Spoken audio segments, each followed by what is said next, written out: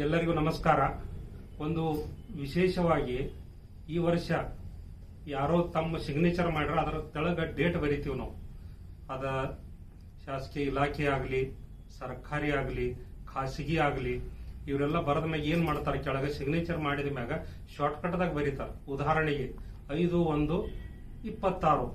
ಯಾಕಂದ್ರೆ 26 ಅಟ್ಟ ಬರದ್ರ ತಿಳಿದ್ರಿ ನೀವು, 8 ಅತ್ತ ಬರ್ತದ. 8 ಅಂದ್ರೆ ಶನಿದ ಇದು ಕೊಡ್ತದ. ಅದಕ್ಕೆ ಹೆಚ್ಚ ಈ ನ್ಯೂಮರಾಲಜಿ ಒಳಗ ಸಕ್ಸಸ್ ಆಗಲ್ಲ.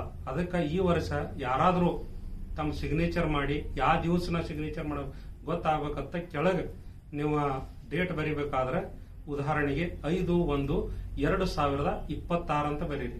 2 ಮತ್ತು 2 6 ಇದೆಲ್ಲ ಕೂಡಿಸ್ರ 10 ಆಗ್ತದ.